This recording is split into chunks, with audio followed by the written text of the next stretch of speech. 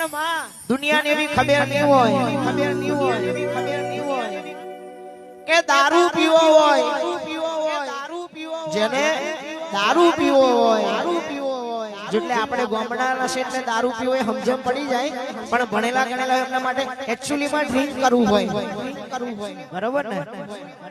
એમને બી ખબર નથી કે દારૂ પીવો હોય ને તમારી ભાષામાં ડ્રિંક કરવું હોય તો મેલડીવાના ના કરાય અને જેને ગોજાની ચલમ પીવી હોય ને શટ મારવો હોય તો શિકોતરવાના ના ભરાય કારા માથાનો મોનવી દારૂ પીશે કે ડ્રિંક કરશે ને